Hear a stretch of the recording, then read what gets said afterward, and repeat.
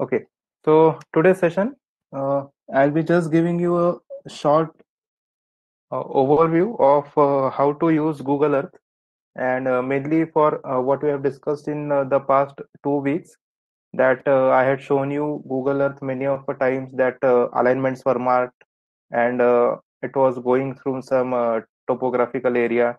So today I'll be giving you an overview that how exactly you use this Google Earth. So yeah, this is loaded completely. So I hope you can see the screen. So when you open Google Earth, so you can download it. Just type in your browser Google Earth Pro. You can download it. There is no huge installation process and anything. You just get a executable file and you just double click on it and you download your Google Earth Pro. If needed, if it asks, so you can just register using your Gmail ID also. No issues with that. So when you open it, this will be the layout that you will be having. On the top, you will be having the menus, that is file, edit, view, tools, add, and help. Then you have a toolbar here, which has different tools. On the left hand side, you have three sections. One is the search section, so you can search for a place. Suppose I type Pune, so you require internet connection for this. So if I just search, so it will give me the location, and directly the map will be navigated to that location, whatever I search. Okay, so that's the first section. So I'll just close it. The second section, you see, it is termed as places. So in places, whatever work you do, whatever files you create, so those will be seen here. And when you open Google Earth for the first time, you'll be having mainly two places only. One is my places and other is temporary places. So whatever work you do, if I just click on temporary places and start doing any thing here, so it will be stored in temporary places. And then if I just select it and right click and save it to my places, so it will go in my places. So you can see I've already used this for I have been using this for past 5-6 years. So you can see there are a lot of files in my places. So in your case, it will be just my places and sightseeing tour. Okay. And the third section that you have is layers. Now you have studied GIS and remote sensing in last year in advanced surveying. So in GIS, what you have is it's an interface, a visual interface. So in that, different layers are overlaid, and then you get some information. So same way in this Google Earth, you have these different layers. So you have borders and labels. So borders and labels, as in, yeah, if you see on the right side, if I switch it on, it will show the places and all. Okay, you can drop down it and select only borders or select only labels. Then you have places. Now, whatever the places which are tagged on your Google Maps that you use on phones, so the same places appear here. Okay, so the places which are tagged by different people or users in Google, so that are seen here, so that you can on and off using places. Then you have photos. If again any photos related to any location which are uploaded by the Google user, so you can see the photos here also. Then the roads component, this you will be needing a lot in transportation. That if I just switch off this, so whatever were the roads or existing road, it will not show me. So when I click on it, the existing roads are marked in yellow and white at some places. Okay, the smaller roads, they are marked in white, and the major roads are marked in yellow. Then 3D buildings and weather and all this, that you can just play around. Okay. Now this is the on the right side. This is the main visual window of your Google Earth. Okay. Now to use this Google Earth, I'll suggest you that use mouse. Okay. Using mouse will be very much beneficial. So to zoom in and zoom out, you can simply just scroll over. If your mouse has a scroll button, so you can scroll in and scroll out for zoom in and zoom out. So as I'm doing here, okay. If you hold your mouse button, hold your scroll button. So what I'm doing now, if you are just hovering your dragging your mouse or moving your mouse, so the cursor is nothing but a pan symbol, a hand symbol, and when I press my scroll button, so it will give me such a symbol that is a circle and a two-sided arrow. And if I just move my mouse by holding my scroll button, so I would be able to tilt the map. So as you can see, what I'm doing is I have just holded the scroll button and I am simultaneously moving my mouse up and down. Okay. So by moving down, you can see a bit of a 3D view. Okay. If I just zoom over here, so you can see the 3D view of the mountains. Okay. Again, if I have to get the top view, I am just moving it and scrolling it back. Okay. So in this way, you can scroll your maps or zoom your maps. On the right side, when you go to the right side, some buttons will be visible. So this is also the same. So it is pointing the north direction. If you move this north, your map will tilt accordingly. And this arrow buttons are again for your movement of your maps. Okay. So for now, I'll keep it at, yeah. Then whatever is the pan symbol, uh, just by holding your left mouse key, you can move your map anywhere, just like you do it in AutoCAD when you use the pan function. So just like that, this works whenever you see this hand on your map. So that means the pan mode is on. And you can operate the same using this circle also, which has the hand button. So both work the same. And this bar which you see, so plus and minus, this is zoom in and zoom out. So again, this is the actual button, but you have to do it by the mouse directly, so you can scroll in and scroll out. Okay. On the bottommost part, if you see, for a particular, now I have focused on Pune area. So what I see is the date of this image. So when this image was taken, so it's 21st March 2019 image, what you can see here. Then wherever I place my or move my mouse, you can see the latitude longitude is changing. So it will give me the exact latitude longitude for a particular point wherever my mouse goes. It will also give the elevation. Okay. And then there is something called eye altitude. So from what altitude the photo was taken, you can relate it to the aerial photogrammetry that you studied in advanced surveying. Okay. So this is the area here. Now to start with, just like AutoCAD, when you open AutoCAD, the first thing that you do is you set the units, you set the boundaries, and you set the page size. So similarly, in this Google Earth Pro, if you go to tools and if you go to options, so you will be getting this window, and here you have all the settings, as in what should be the color and some other settings. Okay. Then for lat long settings, if you want lat long, so should it be in degree, minutes, or seconds, or just decimal degrees? Or there is also something called UTM, Universal Transverse Mercator. Now this is a different type of scale which is used for coordinate system, which is used for locating objects. Then you have units of measurement. So by default, you might have it in feet and miles because it's a US developed application. I have to change it to meter kilometer. So if you want, you can change it to anything. Then you have different options. You can just go and navigate. There is really no need to change anything unless and until you go in detail. Just to change the units, you need to go to this units of measurement, and whatever you select, you just click on apply and okay. Okay.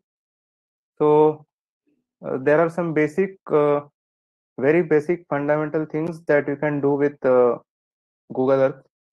So I'll show you on my left hand side in the places. I am just minimizing my places and I'm clicking on temporary places.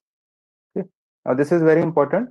Before you actually start doing what work in your Google Earth Pro, click on the temporary places, or if you want your work to be saved directly in my places, so you can do that as well. But in my case, my places is already having a lot more of files, so I am just clicking on temporary places, and once I click, then I'll be starting with the work that I'll be doing in Google Earth Pro. So the first is you can see this icon.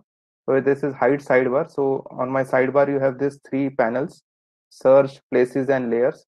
So if I just click on it, it will vanish off. So this is when you want a bigger view of your map. So you can just bring it back by clicking on it. The next command, I will be just showing you a few important commands in this uh, shortcuts key. So the first command, the yellow pin with a plus sign, so that is a add place mark. Now this just acts as a uh, GPS pinning. So if you have used the handheld GPS in your basic civil engineering, so in that what you would do, you would go to a certain location, and if you just click on a button add waypoints, so that location is saved with its lat long. So similar way, when you click on this yellow pin push pin icon, so this dialog box will open and you will be getting a yellow pin. So this I can just hold it with the mouse and drag it anywhere. So suppose I have to pin it, I'll zoom the map, so simultaneously I can zoom it also, pan it also. So I'll just move it to our college location.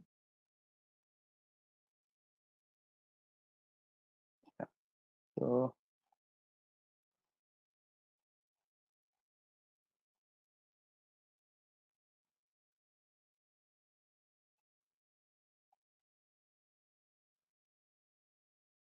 our college, yeah. So here is our college. Okay, this is the this is our college. So if I have to just pin this, okay, I'll place the push pin, and here in the name section on the left hand side, I'll just rename it to suppose PCCOE. Okay, I automatically get the latitude longitude because wherever the pin is there, if I move it, if you see the lat long changes. So pin it anywhere you want. If you want to give a description to this, so you can add a description. Okay, so my add just my college. Then style and color, you can change the style of this icon. If I change it to red color, so it will be changing to red. You can increase the scale. You can make this pointer bigger, or you can even reduce it. The capacity, as in you can make it transparent. So when I reduce the capacity, the it becomes a little bit blur if you see. Okay. So that's the capacity. In view, you generally don't change this because it is automatically changed when you move the pin. Okay, altitude also keep it the same, and just click OK. So now we see what happened is this got saved as PCCOE, and if you see on the left hand side, it got saved in the temporary places because I had clicked on temporary places before actually putting this pin. Okay, so that's the important thing, that whatever you do, you click on the uh, either my places or temporary places wherever you want that thing to be saved for uh, now the temporary purpose. Okay. If I click on this PCCI, it will be giving you. So I had added the description my college, so you can get that here. Okay. So this is the first thing, you can add a place mark. Second is you can add a polygon. So if I have to mark the area of this PCCI, how much it is covering, what is actually the area occupied by PCCI. So I'll just click on add polygon. Again a dialog box will open. Okay. And if you see here, now my cursor has changed to a square with 4 dashes on its side. Okay. So it is nothing but now I have to give the, okay, what I'm doing is I am just dragging my mouse. So I am dragging my mouse to the area that I want to mark. So I have just holded my left mouse button and I was dragging. The moment I leave it, so this will be the area of PCCOE. Now again, you can change the color of the area if I want to make it light yellow.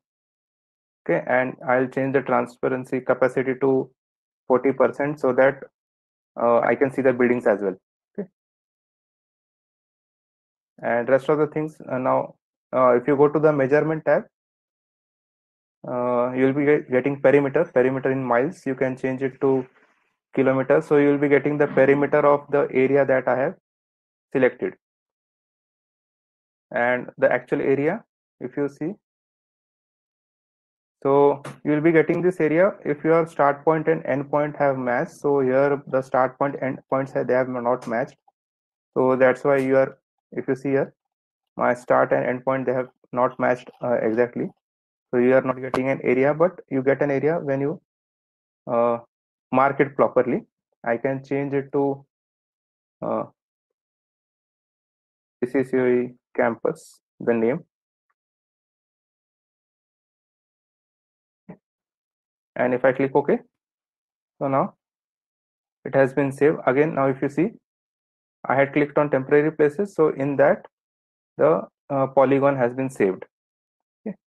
You can just right click on it and select on properties. So again your same dialog box will open, which was there before or which came after clicking this icon of add polygon. Okay. If you want to delete it, so you can simply go here PCCOE campus and you can delete this. Okay. It will ask whether to delete or not. If you say yes, it will be deleted. Okay. So add polygon, I'll just add again. This time I will, what I'm doing is I am clicking for the first time. You get this arrow. Then I'm not dragging the button now. I am just clicking. I have just clicked once here with the left mouse button. Now I am going here. I am again clicking. So the second point has been marked. You can see in the green square, and there is a small line which has been marked. Now if I have to go uh, more on the upper side, so we have a ground and MBA building on the this side, north side, but I can't go or I can't use my mouse button. So what I'll be doing is I'll be using my keyboard arrow keys. So what I just now did, I just pressed my up arrow key on the keyboard, so it is going in the up direction. So I can just now go on marking. So okay, if you see, now what is happening is it is marking the area on the left side. Okay, but I don't want that. I want to mark the area of our college. So to undo whatever has been marked, you have to simply right click with your mouse. Okay, what I'm doing is I'm just simply clicking the right button of my mouse once, and I have came back again to this side. So I'll start from here.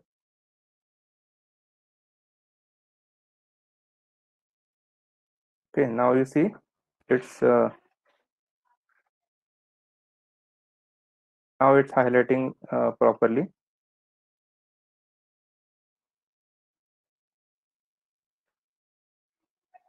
I'm just clicking once. I'm not dragging anything.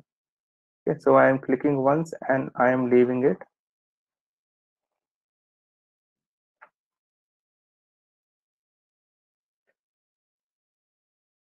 Okay, again I'm I'll name it PCCOE campus and I'll click OK. So this is my PCCOE campus. So now the perimeter is 1 kilometer. Okay. So the next thing is another important thing that as a highway engineer you need is this third option, that is add path. So by adding path, you can just simply uh, use it as we did it for the polygon, that one left mouse click, you will be getting the first point, the second, the third. And what I am doing is I am just marking the road which is in front of your college. And again, to move on the right side of your map, I am using my arrow keys of the keyboard. Okay. Now I have marked the road from this road which comes from Ganesh Talab to the circle which is in there, or the roundabout which is there in front of your college, near your college. Okay. Now I'll just rename it again, college front road. Okay. In style and color, I can change the color. If I change it to red, I can change the width. I'll keep it to 5 so that you people can see it, or maybe in 7. Okay. Then view, altitude. In measurements, you can see what is the length that you have marked. Okay, so right now I have marked 0.54 kilometer. You can also go in meters. Okay, exactly to show 539 meters. So the road from the intersection of Ganesh Talab Road to this circle near your college, it is 539 meter. Okay. Now, if suppose I have to add to this row itself, or this road itself, I'll simply go on adding, and I'm extending the road now up to the Akudi railway station. If suppose I want to delete the previous one, so the same thing, to delete whatever you have marked previously, simply right click. By right clicking, you will be just undoing whatever you did the previous command while drawing this line. Okay. So now you have undone, and now you have taken a left turn. Okay. So in this way, you can just mark your roads. Now I am overlaying the existing road.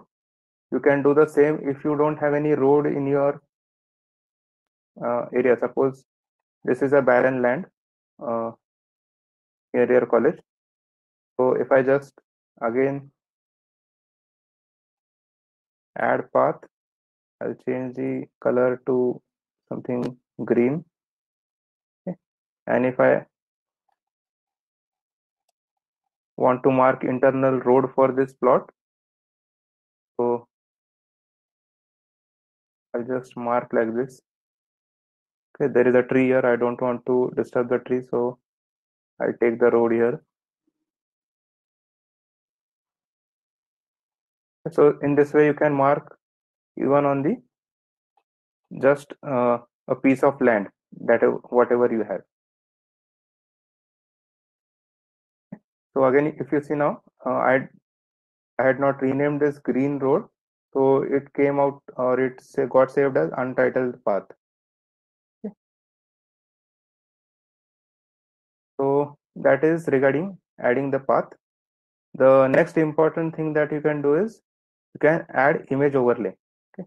Now, if you remember the previous lectures, or the lectures in which I had told you or showed you the CDP maps, the city development plans, and I had showed you that I might be having over here. Just a minute.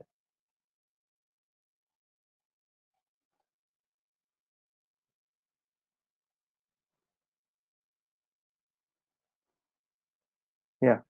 I had shown you that for Sirmaur town, what we had done is this was the alignment, and we had overlaid these maps. Okay. So whatever these maps were overlaid, so these maps were overlaid using this command that you have over here, that is add image overlay. So again, we'll come back to, now suppose I am now here in MP, and I have to come back to the college area that we have marked here. So simply I'll double click in anywhere, suppose I double click on college campus, so it will come back to the college campus. Okay. Now suppose I have to add some image over here or overlay some image. So in that case, I'll just click on add overlay image, and then it will ask, suppose I'm overlaying I have the population map. So I'm overlaying the population map, and here in the link, it will ask for where is the image. So you have to just browse. It will open the Windows Explorer, and you can select the place where you have your photos or maps. Okay, so you need an image. So I'll just overlay any image. Though I've given it population name, but it is a random image that I'm selecting. Okay, okay. If you see, the image has been overlaid, and what I have to do is I have to uh, make it a bit transparent. So here in the transparency tab, you can see clear and opaque. So for now, it is opaque. As you move it to clear, it will be just faded a bit. Okay. Now, what really you need to do is when you actually have maps for any area, so you have to fit this map properly. So here it's an image, but suppose it's a map for which is having some boundaries. So you have to fit it. Okay. You can also move this map anywhere. So for overlaying the map, it is very important that you overlay it properly. As you can see here, the Sirmoor bypass that we had. So in that, whatever were the maps that we had overlaid, so it was matching the topography as in the population map. So if you see, I have just tilted the map a bit, and then it is matching the topography. So that you need to take care while overlaying the images of any maps. Okay, coming back to the campus. So this is again an important option of image overlaying. Okay. You can just play around with it. You can see what are different things you can do with it. Okay. So this is one of the options. The next is recorder tool. For this, for now, you need not worry about this recorder tool. Then you have an important option here. It is show historical imagery. It's a clock with a green arrow on its left. So when I click on it, a slider appears on this top left corner. So what you can see is the current image, which is of 2020. If you see here at the bottom, imagery date, it has shown 10th June 2020. Okay, so it's the most latest image of this area that we have. If I just drag this cursor, so you can see the date has been changing. So now I have gone to 2017. So the image date is now 4 November 2017.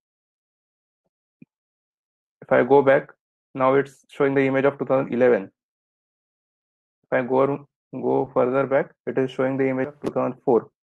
Okay, so this is important. This scale or timeline is important if you have to mark some road or alignment depending on how the area evolved. So you come to know the development of that area, and this is also important if you want different seasons to be shown. Okay, now as in I'll just come to the river area. Suppose this is the river area near the Ravet. So this is the current image. If I choose, okay, so current image, you can see in June, you have some deposition of water hyacinth over here. If I just go back to, now it's showing the image of November 2019. So now the water is clear. Okay. If I go back again in February, there is a water hyacinth growth. In January, it is not there. No, so what I am trying to tell you is the seasonal variation. If your area is being affected by the seasonal variation, that is due to rains, due to dry season or anything, so that you can that image you can just find it by scrolling it or pointing the cursor at a particular month or a year. Okay, so that's this important function. To switch this off, you can again just click it and it will the slider will go away. Okay, then you have a show ruler option. In show ruler, what you can do is you can suppose I have to calculate the stretch for which this water hyacinth growth is there. So I'll simply click like this and I'll get the length for it which it was covered. So for 1.21 kilometer stretch, the water hyacinth has been uh, there has been a growth of water hyacinth. Okay. So similarly, you can do this for a path, can do it for a polygon, a circle. If you want a, zone to be created, or suppose around this, if I just want to draw a circle, so I'll click on the circle and I'll click on the center point and I'll mark a circle. Now, if you see the way I am dragging my mouse, I have just left it. So on the left hand side in the small dialog box, you can see the radius is also changing.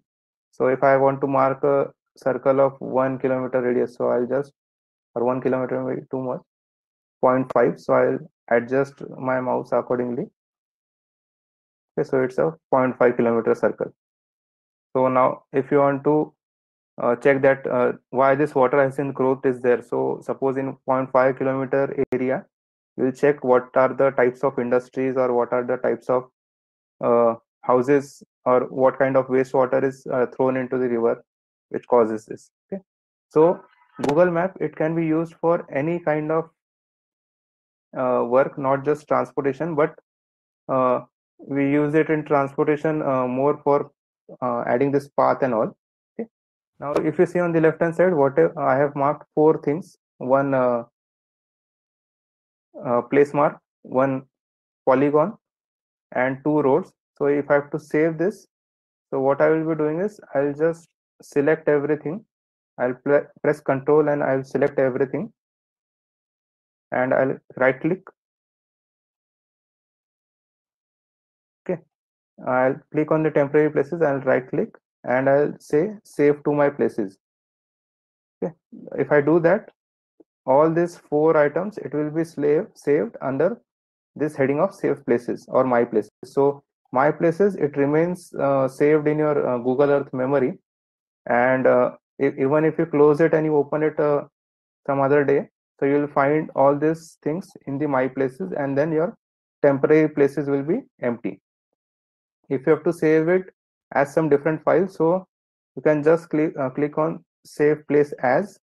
It will open a dialog box, and by default, the type of file which is saved or Google Earth file, it is saved as .kmz file. So I'll just select desktop, and desktop I'll select a demo and I'll save it. Okay, now if I close this, it will ask you have some unsaved places in or unsaved material in your temporary places. Would you like to save them? I'll say discard because I already saved them, and I'll just open. If I go on my desktop, I'll get that demo file, demo.kmz. If I double click on it, then again the Google Earth will open, and it will directly take me to the location now where we had saved. So you can see that tag is coming.